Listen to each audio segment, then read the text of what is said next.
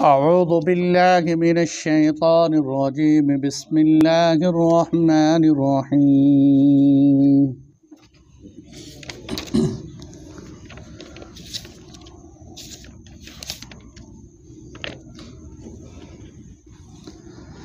فلعلك باخع نفسك على آثارهم إن لم يؤمنوا بهذا الحديث أسفا إنا جعلنا ما على الأرض زينة لها لنبلوهم أيهم أحسن عملا وإنا لجاعلون ما عليها صعيدا جرذا صدق اللہ العلی العظیم۔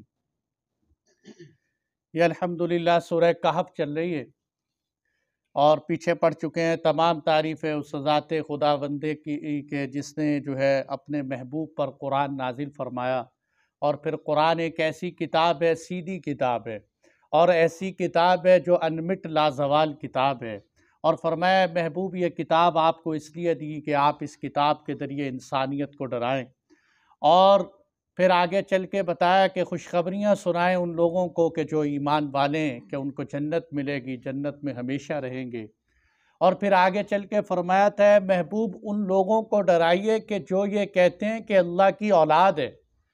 اور اس حوالے سے پچھلے درس میں نے الحمدللہ عقیدہ ولدیت اپنی استعداد کے موافق عیسائیوں کا بیان کیا تھا، اور میں نے یہ بھی کہا تھا کہ عیسائی چونکہ یورپ میں رہتے ہیں اس لیے قرآن کے اس روئے سخن یورپ کی طرف یا یہاں بھی عیسائیوں کا مسکن ہے اس کی طرف ہے۔ قرآن نے کہا تھا کہ اے محبوب جو اللہ کے بارے میں اولاد ٹھہراتے ہیں تو اتنا سخت انداز اپنایا تھا، ما لہم بہ من علم، نہ ان کو خود پتہ ہے، یہ خود بھی جاہل ہے، ان کے آباء و اجداد بھی جاہل تھے، بہت بڑی بات ہے جو ان کے منہوں سے نکل رہی، یعنی یہ ایسی بات ہے جس کا نہ عقل سے تعلق ہے نہ دل سے تعلق ہے، منہ سے نکلتی ہے منہ میں ہی لوٹ جاتی، اس لیے اور فرمایا یہ تو جھوٹ ہے، جھوٹ بولتے ہیں اللہ کی ذات پر۔ اب اسی کو آگے فرمایا فَلَعَلَّكَ بَاخِعٌ نَفْسَكَ عَلَىٰ آثَارِهِمْ إِن لَّمْ يُؤْمِنُوا بِهَٰذَا الْحَدِيثِ أَسَفًا۔ ابھی ایک ترجمہ اس کا میں وہ کروں گا جو عام طور پر تفسیروں میں ہوتا ہے، لیکن ایک ترجمہ میں اینڈ پہ کروں گا، پھر فرق بتانا ہے آپ لوگوں نے۔ فَلَعَلَّكَ بَاخِعٌ نَفْسَكَ، شاید کہ اے محبوب آپ، اللہ تعالیٰ اللہ کے نبی کو مخاطب کر رہے ہیں، ہو سکتا ہے کہ اے اللہ کے محبوب اگر یہ لوگ آپ کی بات پر ایمان نہ لائیں کہ یہ ہم نے قرآن میں بتا دیا کہ اللہ کی اولاد نہیں ہے، لیکن یہ اگر نہیں مانتے تو اے اللہ کے محبوب کیا آپ ان کے پیچھے اپنے آپ کو ہلاک کر لیں گے؟ آپ ان کی فکر میں لگ کے اپنے آپ کو ختم کر لیں گے؟ آگے فرمایا اِنَّا جَعَلْنَا، یہ ہم اس کو بات میں لیتے ہیں۔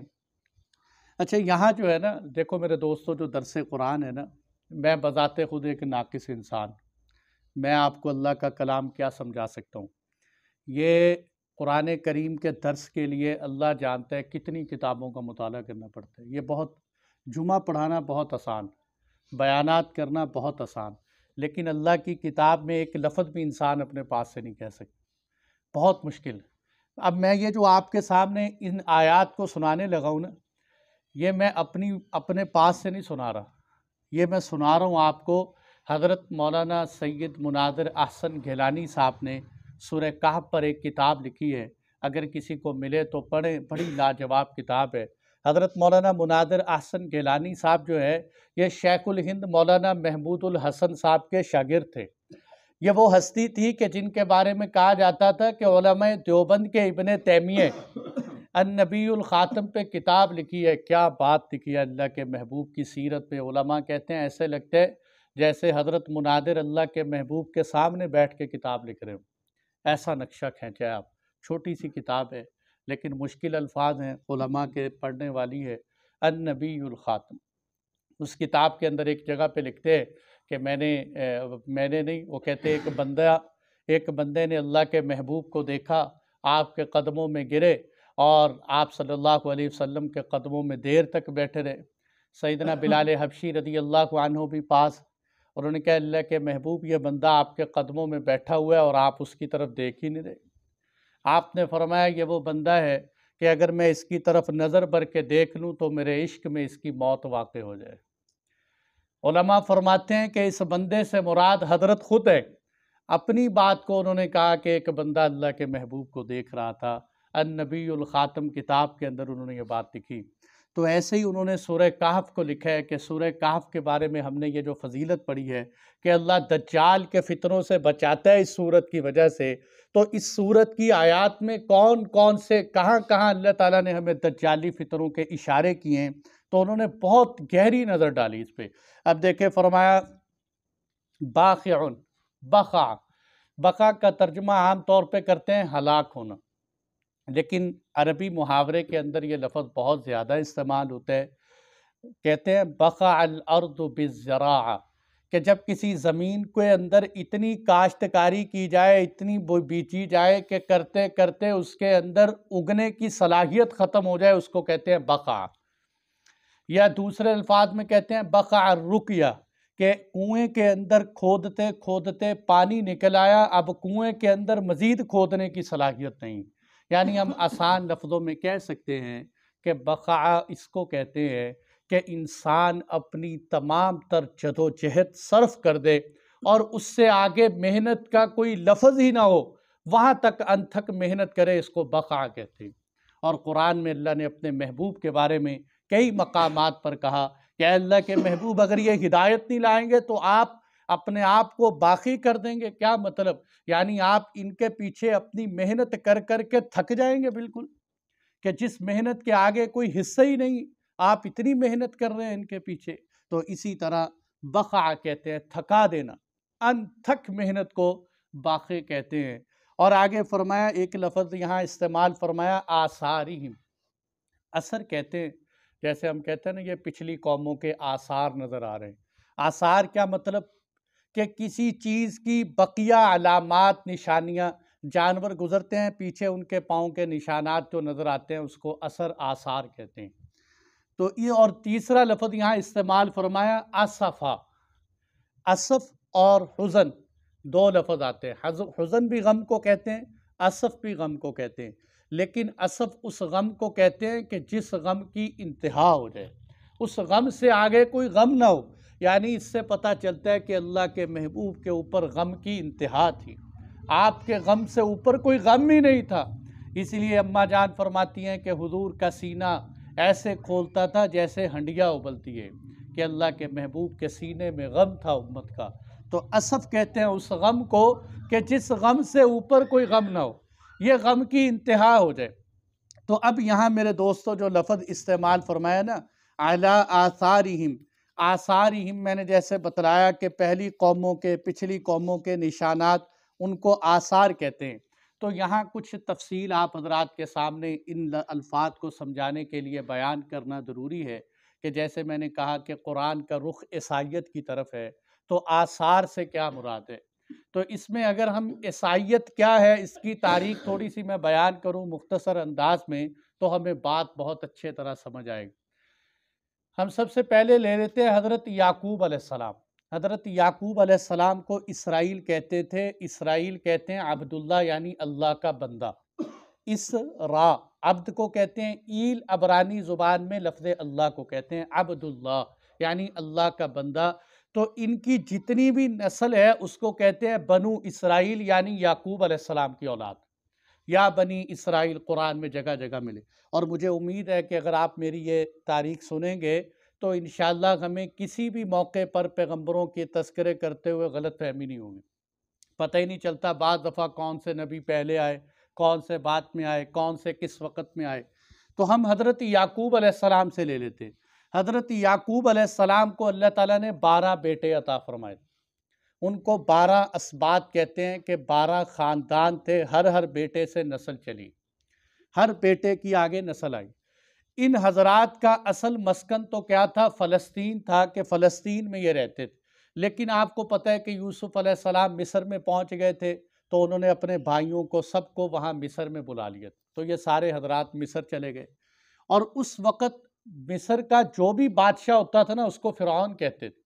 یہ جو ہم کہتے ہیں نا فرعون بہت ظالم تھا، ہر فرعون ظالم نہیں تھا، یہ ایک مخصوص فرعون تھا جو ظالم تھا، ورنہ مصر کے ہر بادشاہ کو فرعون کہتے تھے، حبشہ کے ہر بادشاہ کو نجاشی کہتے تھے، یہ اس وقت کی روایات ہوتی تھی۔ تو اسی طرح جو ہے نا مصر کے اندر اس وقت کا جو فرعون تھا بہت اچھا تھا، ان کے ساتھ بڑا اچھا سلوک کرتا تھا، یہاں تک کہ چلتے چلاتے حضرت موسیٰ علیہ السلام کا دور آ گیا۔ حضرت موسیٰ علیہ السلام جہاں اللہ کی توحید کی دعوت دیتے تھے، وہیں موسیٰ علیہ السلام فرعون سے چھٹکارا بھی دیتے تھے۔ اس وقت کا فرعون ظالم، موسیٰ علیہ السلام کے دور کا فرعون بڑا خطرناک۔ یہ حضرات چونکہ فلسطین چھوڑ کے آئے تھے، فلسطین کے اوپر ایک قوم عمالقہ تھی، بہت طاقتور قوم تھی، اس نے فلسطین پہ حملہ کر دیا، وہاں قابض ہو گئے، اور یہ اب مصر میں۔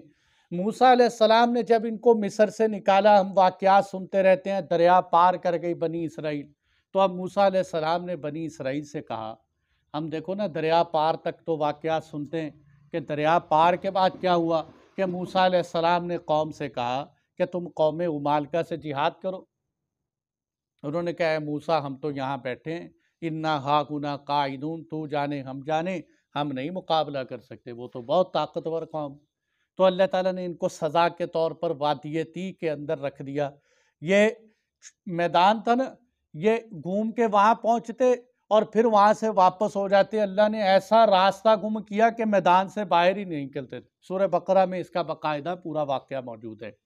تو خیر اسی میدان کے اندر موسیٰ علیہ السلام وفات پا گئے۔ جب موسیٰ علیہ السلام کی وفات ہوئی تو موسیٰ علیہ السلام کی وفات کے بعد حضرت یوشع علیہ السلام ان کے نائب تھے، اور حضرت یوشع علیہ السلام کے نائب ایک اور تھے، حضرت کالب علیہ السلام۔ یہ دو پیغمبر تھے، یہ دونوں حضرت یوشع علیہ السلام موسیٰ علیہ السلام کے نائب، اور حضرت کالب حضرت یوشع علیہ السلام کے نائب تھے۔ انہوں نے کہا چلو ہم قوم عمالقہ سے جہاد کرتے ہیں۔ تو قوم عمالقہ سے انہوں نے جہاد کیا، کچھ کامیابی ہوئی، کچھ حصوں پہ حضرت یوشع علیہ السلام کا قبضہ ہو گیا، اور کچھ حصوں پر حضرت کالب علیہ السلام کا قبضہ ہو گیا۔ اور یہیں یہ حضرات رہ رہے تھے کہ آہستہ آہستہ چلتے چلتے یہ حضرات بھی دنیا سے تشریف لے گئے۔ پھر حضرت سمویل علیہ السلام ایک پیغمبر آئے، حضرت سمویل علیہ السلام اللہ کے پیغمبر تشریف لائے دنیا کے اندر۔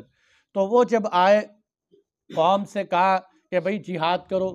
قوم نے کہا ہم تو قوم عمالقہ کا مقابلہ نہیں کر سکتے، آپ اللہ سے دعا کرو۔ یہ واقعہ قرآن میں موجود ہے کہ اللہ ہمیں کوئی بادشاہ دے دے ہم مقابلہ کر سکیں۔ تو انہوں نے اللہ تعالیٰ سے دعا مانگی، پھر اللہ تعالیٰ نے ان کو حضرت طالوت عطا فرمائے۔ یہ طالوت پیغمبر نہیں تھے، یہ بہت طاقتور پہلوان تھے۔ حضرت طالوت کو سپہ سالار تھے، قرآن نے ان کی تعریف کی ہے وَزَادَهُ بَسْطَةً فِي الْعِلْمِ وَالْجِسْمِ، کہ اللہ نے حضرت طالوت کو علم بھی دیا تھا، جسامت بھی دی تھی۔ حضرت طالوت آئے، انہوں نے بنی اسرائیل کو ساتھ دیا اور لے کر قوم عمالقہ سے جہاد کیا، اللہ نے فتح عطا فرمائی۔ لیکن قوم عمالقہ کے اندر ایک بہت قداور پہلوان تھا جس کو شکست ہی نہیں ہو رہی۔ حضرت داؤد علیہ السلام اس وقت نوجوان تھے، حضرت داؤد علیہ السلام نے اس کو جو ہے پہلوان کو مار دیا۔ یہ لمبا واقعہ ہے کیسے مارا، چونکہ اب میں اس مختصر وقت میں، لیکن میں اشارے دے رہا ہوں، آپ ان واقعات کو پڑھیں اور گھر جا کے پڑھیں، کبھی سنیں تو انشاءاللہ فائدہ ہو۔ حضرت داؤد علیہ السلام نے اس کو جب پہلوان کو قتل کیا، اس کے بعد اللہ نے نبوت حضرت داؤد علیہ السلام کو دے دی۔ حضرت داؤد علیہ السلام نبی بنے، آپ دنیا سے تشریف لے گئے۔ آپ کے بعد اللہ نے حضرت سلیمان علیہ السلام، آپ کے بیٹے تھے، حضرت سلیمان علیہ السلام کو اللہ نے اتنی طاقت دی، آپ قصے سنتے رہتے ہیں، جنات آپ کے تابع تھے۔ ساری مسجد اقصیٰ حضرت سلیمان علیہ السلام نے جنوں سے بنوائی، بہت ڈرتے تھے جن حضرت سلیمان علیہ السلام سے، اتنا ڈرتے تھے کہ حضرت سلیمان علیہ السلام کی وفات جو ہے نا، اللہ تعالیٰ نے اس لاٹھی پہ دی، ٹیک لگا کے بیٹھے ہوئے تھے، اس لاٹھی کے اوپر آپ کی وفات ہو گئی۔ جنوں نے سمجھا حضرت سلیمان علیہ السلام زندہ ہیں، وہ ڈرتے ہوئے کام کرتے رہے، حالانکہ حضرت سلیمان علیہ السلام تو وفات پا چکے تھے۔ اور آج بھی عاملین کہتے ہیں کہ جنوں کے سامنے سلیمان علیہ السلام کا نام دے دو، ان کا ویسے پیشاب نکل جاتا ہے۔ آج بھی اللہ نے حضرت سلیمان، اس لیے ہم جو منزل پڑھتے ہیں نا، اس میں اگر آپ دیکھو تو آیات ہیں وَاتَّبَعُوا مَا تَتْلُو الشَّيَاطِينُ عَلَى مُلْكِ سُلَيْمَانَ، حضرت سلیمان علیہ السلام کا نام آتا ہے۔ بلکہ اگر کسی کو صرف یہ آیات پڑھ کے دم کر دو نا، تو اللہ کے فضل سے اس کے جنات دور ہو جاتے ہیں۔ حضرت سلیمان علیہ السلام کے نام میں ابھی بھی اتنی پاور ہے۔ وہ تو جب لاٹھی ٹوٹی، اس کو دیمک لگی، حضرت سلیمان علیہ السلام گرے، وہ جنات سر پہ ہاتھ مار کے کہنے لگے او ہو اتنی دیر تک ہم لگے رہے، یہ تو کب سے فوت ہوئے پڑے ہیں۔ تو حضرت سلیمان علیہ السلام آئے۔ حضرت سلیمان علیہ السلام کی جو حکومت تھی پوری دنیا پر تھی۔ آپ کی حکومت کو یہودیہ کہتے تھے اس وقت، یہودیہ۔ آپ کے ایک بیٹے تھے رجعام، وہ بیٹے بیچارے اتنے قابل نہیں تھے، بس بت پرستی کے اندر مبتلا ہو گئے، اور ادھر ادھر جو ہے اللہ ہی ہدایت دیتے ہیں جس کو دیں، اور بہت سارے حالات جب خراب ہوئے تو اب اس یہودیہ سلطنت کے مقابلے میں ایک اسرائیل سلطنت وجود میں آ گئی۔ یہودیہ سلطنت کہاں تھی؟ بیت المقدس کے اندر، اور اسرائیل جو تھی نا، اس وقت جو ہے ملک ہے کہ نابلس، آپ نے سنا ہوگا نابلس ایک ملک ہے، وہاں ان کی حکومت کا، ان کا آپس میں مقابلے ہوتے رہے، ٹکراؤ ہوتے رہے، لڑائیاں ہوتی رہیں۔ اللہ تعالیٰ کو یہ ادا ناپسند آئی، تو عراق کا ایک شہر تھا بابل، وہاں جہاں فرشتے بھی آئے تھے، وہ جو فرشتوں کی روایات آتی ہیں، بابل شہر کے اندر سے اللہ نے بخت نصر کو اٹھایا، اس نے پھر اینٹ سے اینٹ بجا کے رکھ دی، اس نے مسجد اقصیٰ پہ چڑھائی کی، توریت کے نسخے چلا کے رکھ دیے، بخت نصر نے بہت زیادہ حالات خراب کیے۔ اس کے بعد پھر کیا ہوا؟ وہی ہم جو سنتے ہیں، پھر حضرت عزیر علیہ السلام تشریف لائے، اللہ نے وہاں حضرت عزیر علیہ السلام کے جو گدھے کا واقعہ، اور حضرت عزیر علیہ السلام کے بارے میں قرآن کہتا ہے وہ ایک بستی کے پاس سے گزرے، جو بستی مری ہوئی پڑی تھی وہ یہی بستی تھی۔ حضرت عزیر علیہ السلام تشریف لائے، پھر اللہ تعالیٰ نے قوم کی توبہ قبول کی، اور پھر چلتے چلتے حضرت عیسیٰ علیہ السلام تشریف لائے۔ یہ موٹا سا خلاصہ ہے۔ اب ہوا یہ کہ جب حضرت عیسیٰ علیہ السلام تشریف لائے اور آپ دعوت دیتے رہے، آپ کے آنے کا مقصد چند احکامات ایسے تھے جو آپ نئے لائے، ورنہ آپ اصل میں سارے احکامات وہی تھے جو موسیٰ علیہ السلام والے تھے، وہی احکامات، انہی کی تشریح لے کر حضرت عیسیٰ علیہ السلام آئے۔ آپ کے دنیا سے تشریف لے جانے کے بعد، یعنی اللہ تعالیٰ نے آپ کو آسمانوں پہ اٹھا لی، حضرت عیسیٰ علیہ السلام کو۔ یہ بھی ہمیں عقیدہ یاد رکھنا چاہیے کہ حضرت عیسیٰ علیہ السلام کی وفات نہیں ہوئی، حضرت عیسیٰ علیہ السلام کو آسمانوں پہ اٹھایا گیا۔ قادیانی یہ کہتے ہیں کہ عیسیٰ علیہ السلام کی وفات ہو گئی، جبکہ ہمارا عقیدہ یہ ہے کہ حضرت عیسیٰ علیہ السلام کو آسمانوں پہ اٹھا لیا گیا۔ عیسائی یہ کہتے ہیں کہ عیسیٰ علیہ السلام کی وفات ہو گئی، پھر اللہ نے وفات کے بعد زندگی دی، پھر عیسیٰ علیہ السلام کو آسمانوں پہ اٹھا لیا گیا، اور وہ قیامت کے قریب دوبارہ تشریف لائیں۔ تو خیر، حضرت عیسیٰ علیہ السلام کے دنیا سے اٹھائے جانے کے 300 سال تک عیسائی قوم پر بڑے حالات آئے، بہت حالات آئے۔ یہ زیر زمین چھپ کے محنت کرتے، کبھی وہاں محنت کرتے، کبھی وہاں محنت کرتے۔ ان 300 سالوں کے اندر عیسائیت بدلتی رہی آپس میں، کبھی اوپر کبھی نیچے، کبھی کدھر کبھی کدھر۔ 300 سال کے بعد ایک ساؤل نامی، جس کو پولس کہتے ہیں، وہ کہنے لگا، حالانکہ یہ پولس وہ تھا کہ جو پہلے عیسائیوں کو مارتا تھا، تکلیفیں پہنچاتا تھا، پھر یہ پتہ کیا کہنے لگا، میں دمشق سے آ رہا تھا کہ آتے آتے رستے میں مجھے جو ہے نا آسمان سے ایک آواز آئی، اے ساؤل تو ہمیں کیوں ستاتے ہے؟ تو میں نے پوچھا آپ کون ہیں؟ تو انہوں نے کہا میں تو عیسیٰ علیہ السلام۔ تو پھر کہتے میں نے اسی وقت توبہ کی اور آج کے بعد میں عیسائی ہوتا ہوں، 300 سال بعد۔ اور یہ مکار تھا اوپر سے ہی، بظاہر جھوٹی کہانی، جیسے عبداللہ بن سبا نے ہمارے دور میں ہسٹری میں، صحابہ کی ہسٹری میں من گڑت کہانیاں گڑھی، ویسے ہی یہ منافق تھا اس دور کے اندر۔ تو اس نے کہا عیسیٰ علیہ السلام تو میرے خواب میں آتے ہیں، ملاقاتیں ہوتی ہیں۔ اب یہ آیا عیسائیت کے اندر، اور اس نے آ کر عیسائیت میں یہ عقیدے گڑھے۔ پہلا عقیدہ جو ہم پڑھ چکے ہیں کہ اس نے کہا عیسیٰ علیہ السلام تو اللہ کے بیٹے، اور پھر اس نے کہا کہ عیسیٰ علیہ السلام، جبرائیل علیہ السلام اور اللہ تعالیٰ مل کر پورے تینوں بندے دنیا کا نظام چلا رہے ہیں، یعنی تثلیث کا عقیدہ، تین کا عقیدہ جس کو کہتے ہیں۔ اور پھر اس نے یہ بھی کہا کہ حضرت عیسیٰ علیہ السلام سولی پہ چڑھ کے ان کی امت کے ماننے والوں نے جتنے گناہ کیے تھے نا، حضرت عیسیٰ علیہ السلام نے سارے گناہوں کا کفارہ ادا کر دیا، یعنی آج کے بعد کسی سے کوئی سوال جواب نہیں۔ دیکھو کس قدر بدبخت تھا کہ گناہ امت کرے، سزا نبی بھگتے، گناہ کوئی کرے، سزا کوئی بھگتے۔ اور پھر اس کے جو ہے، اس کے نتیجے میں بات چلتے چلاتے اب کیا ہوا کہ قسطنطین ایک عیسائی تھا، بادشاہ تھا، جو یہودی تھا، روم کا بادشاہ تھا، پھر یہ بھی عیسائیت میں داخل ہو۔ اب تخت پر عیسائیت آ گئی، جب تخت پر عیسائیت آئی، اب ہر جگہ عیسائیت کے چرچے تھے۔ اب ان کو آسان ہو گیا، اب انہوں نے کہا بات یہ ہے کہ انجیل کے اندر نا، آج بھی اگر انجیل دیکھیں، یہ الحمدللہ قرآن جو ہے نا میرے دوستوں، یہ جامع کتاب ہے۔ جامع کا مطلب یہ ہے کہ اس میں سیاست بھی ملے گی، اس میں آپ کو قضا بھی ملے گی، اس میں عدالتوں کا نظام بھی ملے گا، ہر شعبے کی رہنمائی اس میں ملے گی۔ ورنہ باقی کتابوں میں، انجیل میں اخلاقیات تو ہیں لیکن حکومت کے مسئلے نہیں۔ انہوں نے کہا اب حکومت کے مسئلے کہاں سے تلاش کریں، کیا کریں؟ تو انہوں نے پھر فیصلہ کیا کہ ہمیں ایک کلیسا اور چرچ بنانا چاہیے۔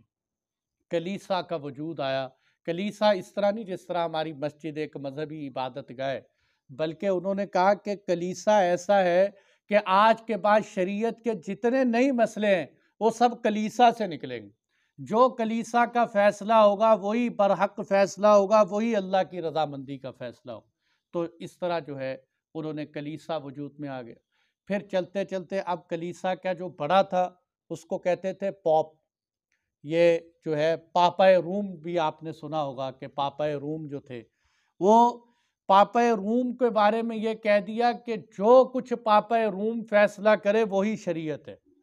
اب پاپا روم کے فیصلے جو ہے اس نے کیا کیا جناب، مال و دولت کو حاصل کرنے کی خاطر رنگ برنگے، بلکہ عجیب ہنسنے والی بات ہے کہ ایک دفعہ انہوں نے قرآن اندازی کی تو ایک سمندری ڈاکو کا نام نکل آیا، اس کو ہی انہوں نے پاپا روم بنا دیا۔ یعنی کسی کو مذہبی بندہ بنانے کے لیے نا، ان کے ہاں کوئی ایسے اصول اور قوانین نہیں تھے، بلکہ جو دل کو لگا اس کو پاپا روم بنا دیا، ڈاکو کو بنا دیا۔ پھر نتیجہ کیا نکلا؟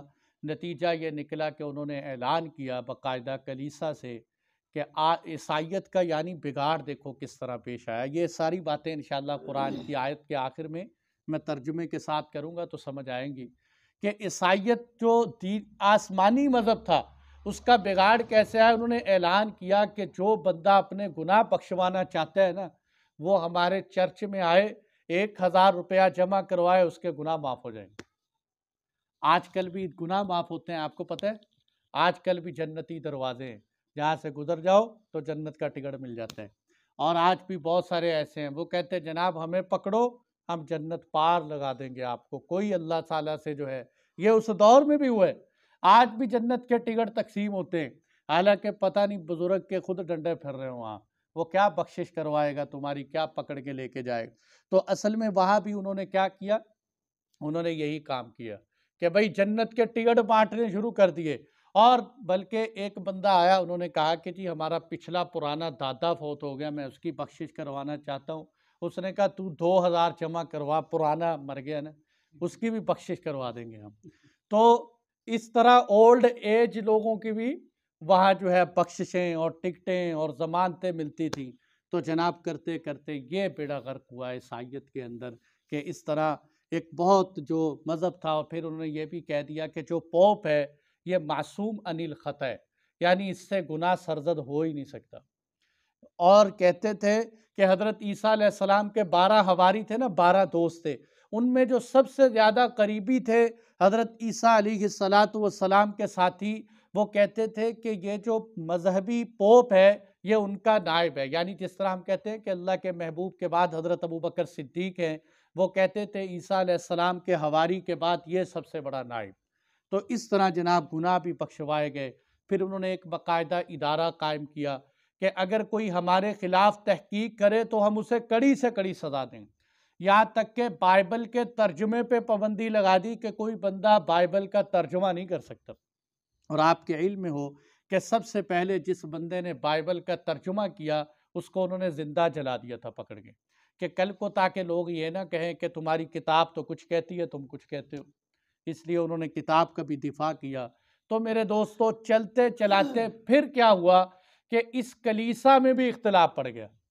انہوں نے کہا کسی نے کہا ہم اس چرچ کو نہیں مانتے، انہوں نے کہا ہم اس چرچ کو نہیں مانتے۔ پھر 2 چرچ وجود میں آئے، ایک چرچ مشرقی حصے میں آیا، ایک مغربی حصے میں آیا۔ مشرقی حصے والا چرچ بنا استنبول میں، قسطنطنیہ میں۔ مغربی حصے کا چرچ بنا اٹلی کے اندر، جو روم ہے وہاں جو ہے وہ بنا۔ اور اس کو روم والوں کو کہتے تھے کہ یہ کیتھولک چرچ ہے، اور اس چرچ کو کہتے تھے کہ یہ آرتھوڈکس چرچ ہے۔ یہاں ہمارے ایک عیسائی کام کر رہا تھا، میں نے اس سے پوچھا کہ آپ کیتھولک ہو یا آرتھوڈکس ہو؟ تو وہ مجھے کہنے لگا تمہیں کیسے پتہ ہے ہمارے اندر بھی فرقے ہیں؟ میں نے کہا مجھے کہیں سے پتہ چلا ہے۔ تو اب اس نے جواب دینے کی بجائے مجھے کہتا فرقے تو آپ لوگوں میں بھی بہت ہیں، کوئی دیوبندی ہے، کوئی بریلوی ہے، کوئی کیا ہے، تو اسی طرح ہمارے اندر بھی فرقے بن گئے۔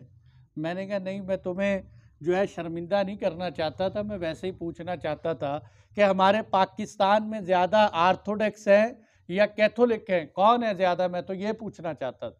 تو اس لیے کیتھولک والوں نے کیا کہا کہ ہمارا چرچ تو اٹلی والا ہے، اور جناب آرتھوڈکس والوں نے کیا کہا ہمارا چرچ تو قسطنطنیہ ہے۔ اور انہوں نے دیکھو نام بھی تبدیل کیے۔ رومن والے جو اٹلی والے تھے، اٹلی کے بڑے کو کہتے تھے پوپ، یہ پاپ ہے، پاپا روم کہتے تھے، اور ادھر والا جو تھا اس کو کہتے تھے پیٹر یارک، کہ یہ بڑا ہے اس وقت ہمارا چرچ کا۔ تو اس طرح چلتے چلتے پھر پروٹیسٹنٹ آ گئے ان کے اندر، پھر اختلاف ہوا، لڑائیاں ہوئیں، یہاں تک کہ انہوں نے آپس میں لڑا کے 9 دن تک ان کا قتل و قتال چلتا رہا، جس میں 10 لاکھ عیسائی قتل ہوئے۔ کتنے عیسائی قتل ہوئے؟ 10 لاکھ عیسائیت کا قتل ہوا۔ تو قرآن کہتا ہے کہ یہ سارا چلتے چلاتے پھر یہ یورپ کی تہذیب میں داخل ہو گیا، اور انہوں نے کہا کہ نہیں، آج کے بعد ہمیں تو ہر چیز جو ہے عقل سے سیکھنی چاہیے۔ آزاد خیالی آ گئی، پھر آزاد خیالی نے ترقی کی، انہوں نے کہا ہر چیز کا فیصلہ عقل سے کریں، اور یہ عقل نے اتنی ترقی کی، کرتے کرتے کرتے خدا کا انکار کر دیا۔ لا دینیت آ گئی، لا مذہبیت آ گئی، کہ اللہ کی کوئی ضرورت نہیں ہے، سب دنیا کا نظام۔ اس لیے آج ہمارے علماء کہتے ہیں کہ موجودہ عیسائیت نہیں ہے بلکہ دہریت ہے۔ موجودہ عیسائیت نہیں ہے بلکہ دہریت ہے۔ اس لیے کوئی ان سے نکاح کرتے ہوئے وہ اہل کتاب والے مسئلے نہ فٹ کرے۔ جو اہل کتاب کے علماء مسئلے سناتے ہیں نا کہ اہل کتاب سے نکاح ہو سکتے ہیں، اہل کتاب کا ذبیحہ کھا سکتے ہیں، وہ کوئی گنا چنئی عیسائی ہوگا، وگرنہ مجموعی طور پر اکثریت عیسائیت کی دہریت کی شکل میں آ چکی ہے۔ تو اب قرآن کی ان آیات پہ دیکھیں، فرمایا کہ اے محبوب، یہ حضرت مناظر حسن گیلانی کا ترجمہ کر رہا ہوں، اے اللہ کے محبوب صلی اللہ علیہ وسلم، عیسائیت پر جتنے حالات گزر چکے، جتنے حالات اس وقت موجود ہیں، اور جتنے حالات ان پر آئیں گے، کیا آپ ان حالات کو سوچ کر اپنی جان لگا کر اپنے آپ کو ہی گنوا دیں گے؟ اے اللہ کے محبوب، عیسائیت پر جتنے حالات گزر چکے ہیں، ان کو سوچ کر اپنی انتھک محنت لگا کر کیا آپ اپنے آپ کو ہی ختم کر لیں گے؟ تو یہ اللہ تعالیٰ نے اپنے محبوب کو تسلی دی اور فرمایا اِنَّا جَعَلْنَا مَا عَلَى الْأَرْضِ زِينَةً لَهَا، کہ جو کچھ زمین پر ہے ہم نے یہ سب کچھ زینت بنایا ہے، یہ سجی بجی دنیا بنائی ہے، کس لیے؟ تاکہ ہم آزمائیں ایہم احسن عملا، کہ کون اچھے اعمال کر کے آتا ہے۔ دنیا بڑی خوبصورت ہے، یہ بن سمر کے آتی ہے، یہ دلہن کی زینت کی طرح۔ حضرت علی رضی اللہ عنہ بیت المال میں آئے، بہت سارا مال کا ڈھیر لگا ہوا ہے، فرمانے لگے یا دنیا غری غیری، اے دنیا مجھے دھوکہ نہ دے، میں تیرے دھوکے میں آنے والا نہیں ہوں، جاؤ کسی اور کو جا کے دھوکہ دو۔ تو صحابہ کے اوپر محنت ہوئی، دنیا کے دھوکے سے بچے۔ اس لیے اللہ فرماتے ہیں ہم نے دنیا کو سجا دیا ہے تاکہ چیک تو کرے، پتہ تو چلے کہ کون اچھے اعمال کر کے آتا ہے یا اس گندی دنیا کے پیچھے اپنی زندگی بگاڑ کے آتا ہے۔ اور آگے فرمایا وَإِنَّا لَجَاعِلُونَ مَا عَلَيْهَا صَعِيدًا جُرُزًا، یاد رکھو ہم اس روئے زمین پر جو کچھ بھی ہے ہم اس کو ایک دن چٹھیل میدان بنا دیں۔ کہ فرمایا یہ جو سجی بجی دنیا ہے نا، اس لیے کہتے ہیں گھر بناؤ اس لیے کہ یہ ٹوٹ جائیں گے، بچے جنو اس لیے کہ ایک دن بچوں کو موت آ جائے گی، دنیا کماؤ اس لیے کہ ایک دن دنیا فنا ہو جائے گی، اپنے آپ کو اتنا سجاؤ کہ ایک دن تمہارے اوپر موت آ جائے گی۔ آج انسان غسل کرتے کتنے شیمپو اور کتنے جو ہے صابن لگا کر، کریمیں لگا کر شیشے کے سامنے کھڑا ہوتا ہے۔ ایک وقت دیکھنا کہ جب میت کو غسل دیتے ہو نا تو سوچا کرو کہ ایک وقت آئے گا کہ میں بھی اس تخت پہ لیٹوں گا، اور اس دن میری یہ کیفیت ہوگی کہ میں اپنا ہاتھ تک نہیں اٹھا سکوں گا، اور مجھے غسل دینے والے بھی اور ہوں گے، مجھے کپڑے پہنانے والا بھی کوئی اور ہوگا، اس دن میں اپنے جسم کی زیب و زینت نہیں کر سکوں گا۔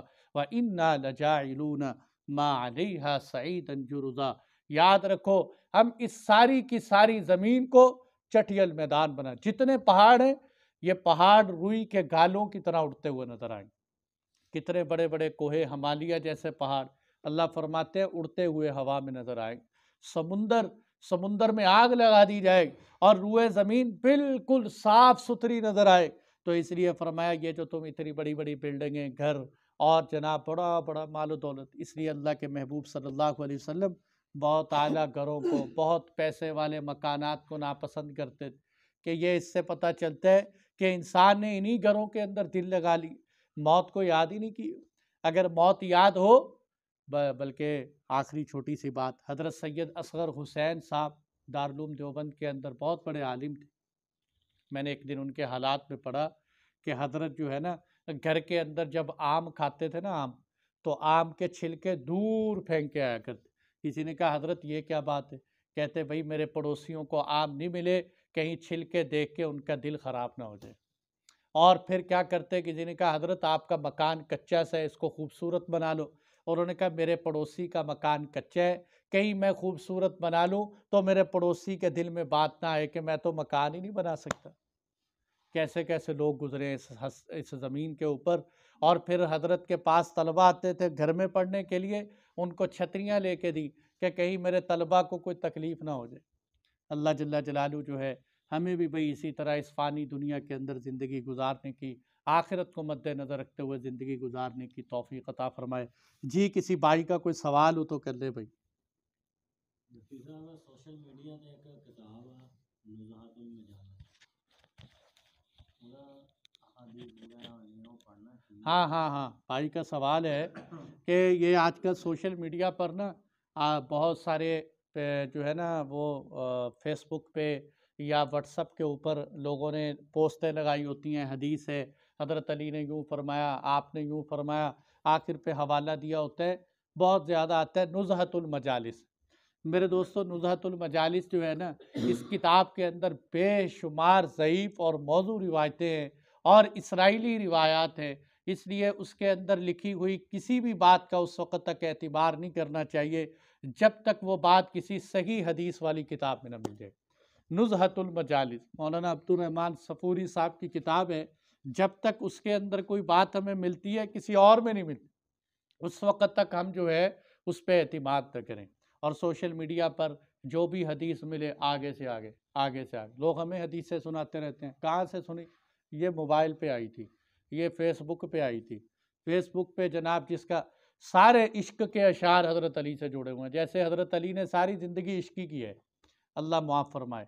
حضرت علی کی طرف جتنی دوستیوں کی نسبتیں ہیں سب حضرت علی کی طرف، اور جس کا جو دل، علامہ اقبال بھی اتنا بدنام ہو گیا بیچارہ کہ جو شعر اپنے پاس سے دل کرے اقبال کی طرف، اس کی نسبت بھی اقبال کی طرف، اور ایسے ہی اللہ کے نبی کی طرف۔ اس لیے بھائیو کوئی بھی ایسی حدیث ہمیں نہیں بیان کرنی چاہیے جس کو اللہ کے محبوب نے بیان نہ کیا ہو۔ اور بھائی کسی کا کوئی سوال؟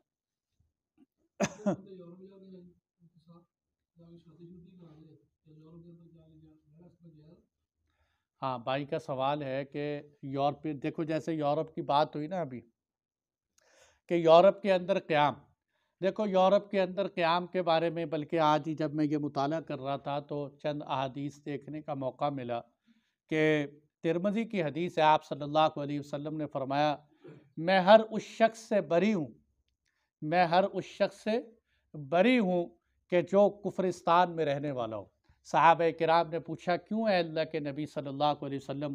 آپ نے فرمایا میں یہ چاہتا ہوں کہ مسلمان اور غیر مسلم اتنی دور رہے کہ آپس میں ایک دوسرے کی آگ بھی نہ دیکھ سکیں، آپس میں ایک دوسرے کی آگ بھی نہ دیکھ سکیں۔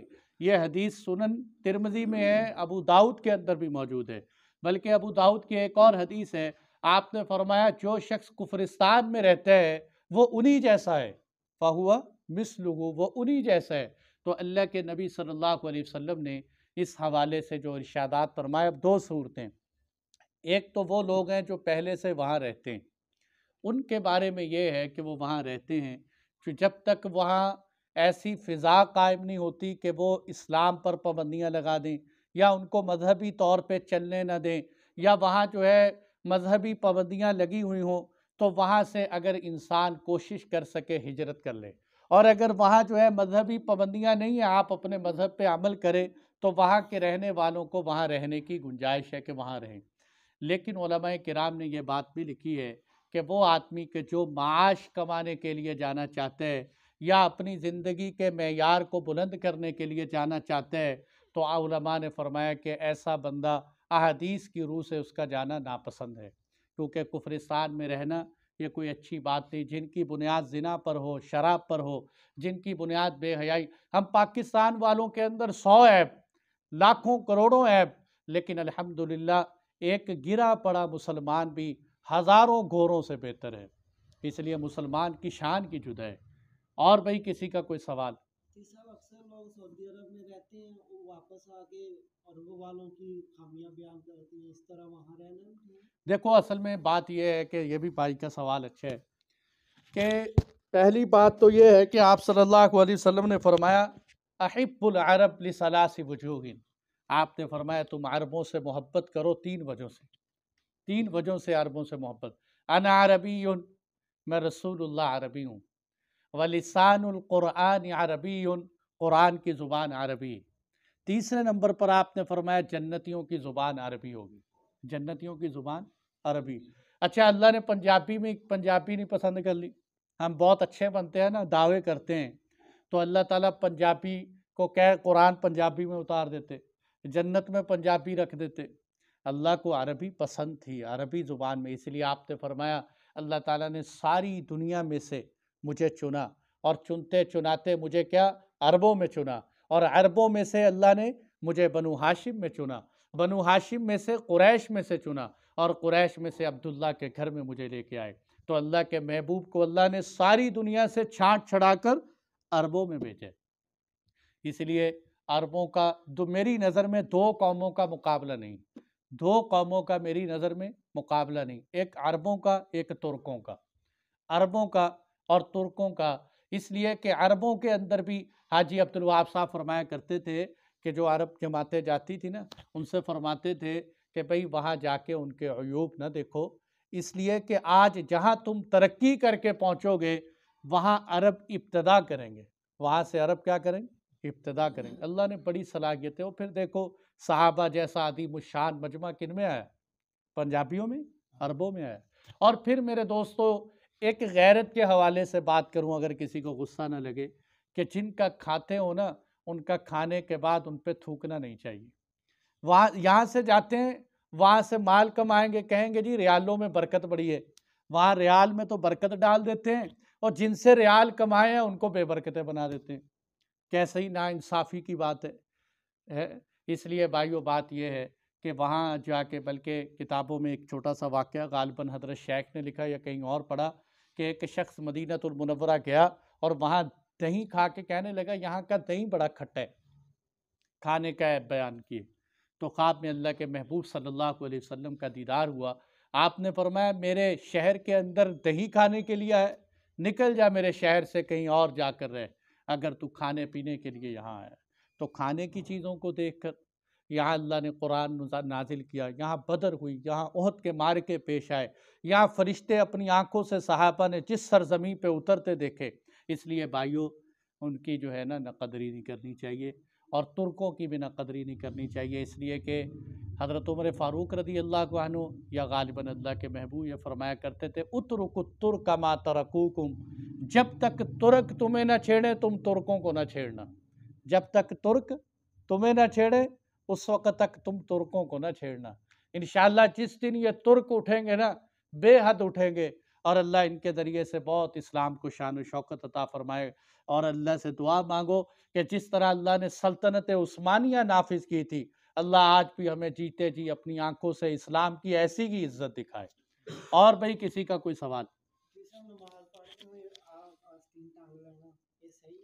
دیکھو بات یہ ہے کہ نماز کے اندر ایسی کوئی بھی حالت نہیں اپنانی چاہیے کہ جس حالت کو اپنا کر بندہ کسی اچھی محفل اور مجلس میں نہ جا سکے۔ بہت سارے لوگ گندے مندے کپڑے پہن کے مسجد میں آ جاتے ہیں، بدبو اور تعفن آ رہی ہوتی ہے مسجد میں۔ بہت سارے کل پرسوں کسی نے پوچھا تھا شرٹ الٹی پہن کے مسجد میں آ جاتے ہیں، تو کہتے ہیں جی الٹی شرٹ پہن کے نماز پڑھ سکتے ہیں کہ نہیں؟ وہ گندی ہو جاتی ہے نا، اس کو الٹا کر لیتے ہیں۔ تو بھائی وہ الٹی باہر سے تو صاف نظر آ رہی ہے، گند تو اندر موجود ہے نا، تم نے گندگی چھپائی ہے، گندگی ختم نہیں ہوئی۔ باقی لوگوں کو مولوی فہیم صاحب فرمایا کرتے تھے اگر کسی کی صفائی دیکھنی ہو نا اس کی بنین چیک کیا کرو، اگر کسی کی صفائی ستھرائی دیکھنی ہو اس کی بنیاد چیک کرا کرو، پتہ چل جائے گا کتنا صاف ستھرا ہے۔ تو اس لیے اس طرح کی حالت اپنا کر نماز کے اندر نہیں کھڑا ہونا چاہیے۔ یہ جو ٹوپیاں پہننے سے منع کرتے ہیں، مسجدوں میں رنگ برنگی ٹوپیاں رکھی ہوتی ہیں، ہم کہتے ہیں یہ ہری ٹوپی لے کر تم کسی شادی میں تو جا کے دکھاؤ۔ ایسے ٹوپی لیتے ہیں مسجد سے اٹھا کے دور سے ٹوکری میں پھینکتے ہیں اور گئے جی اللہ کے سامنے جو ہے یہ گندی مندی ٹوپی لے کر انسان کھڑا ہو جاتے ہیں۔ تو اس لیے بھائیو، نماز کے اندر ہر ایسی حالت اپنانا مکروہ ہے کہ جو حالت اپنا کر بندہ کسی اچھی محفل میں نہ جا سکے، اور اسی طرح ایسی حالت اپنانا کہ جس سے انسان کا حلیہ شریفانہ نہ لگے۔ دیکھو نا بازو اوپر کب کرتے ہیں؟ جب بدماشی کا موڈ ہو، جب انسان کا شریفانہ انداز نہ ہو۔ اللہ کے سامنے عاجزانہ انداز سے کھڑے ہونے چاہیے، یوں لگے جیسے میں تو اپنے آپ کو کھائے جا رہا ہوں، یا اللہ تیرے دربار میں کھڑا ہوں، تیرے سامنے کھڑا ہوں۔ تو ایسی حالت اپنانی چاہیے۔ اور بھائی کسی کا کوئی سوال؟ بائیں ہاتھ سے کھانا جو ہے خلاف سنت ہے، آپ صلی اللہ علیہ وسلم اس کو ناپسند فرماتے تھے، بلکہ حدیث میں آتے ہیں، اور ایک چھوٹے سے صحابی رسول آپ کے سامنے بیٹھے کھانا کھا رہے، آپ نے یہ جو ہے حضرت اکراش کے بارے میں آتا ہے، حضرت اکراش آپ کے سامنے بیٹھے چھوٹے سے کھانا کھا رہے تھے، وہ اب بچے ہیں، اس لیے مولانا ابراہیم دھیولہ صاحب نے بڑی بات کی ایک دفعہ ہمارے علماء کے بیانات میں، کہنے لگے ادب اسلام سے پہلے، ادب اسلام۔ میں نے کہا سارے علماء حیران ہو گئے کہ مولانا ابراہیم صاحب نے کس طرح کی بات کر دی، ادب اسلام سے پہلے، اس کی تو دلیل ہونی چاہیے، لیکن انڈیا والے بلا دلیل بات نہیں کرتے۔ انہوں نے فوراً کیا کہا؟ انہوں نے کہا ادب اسلام سے پہلے ہے، کہ چھوٹے سے صحابی رسول ہیں، اسلام کے مکلف نہیں ہے کہ اس کو مسلمان بناؤ، اسلام کے مکلف تو بالغ ہونے کے بعد ہوں گے، لیکن وہ کھانا کھا رہے ہیں، کھانا کھاتے ہوئے جو ہے نا ہاتھ پلیٹ میں گھما رہے ہیں ایسے، کبھی ادھر سے کبھی ادھر سے کبھی ادھر سے۔ آپ صلی اللہ علیہ وسلم نے ان کا ہاتھ پکڑ کے فرمایا کل بیمینک، دائیں ہاتھ سے کھاؤ، وکل مما یلیک، اپنے سامنے سے کھاؤ۔ تو فرماتے ہیں کہ اللہ کے محبوب نے اسلام سے پہلے ادب سکھایا، اسلام سے پہلے ادب سکھایا، اس لیے دائیں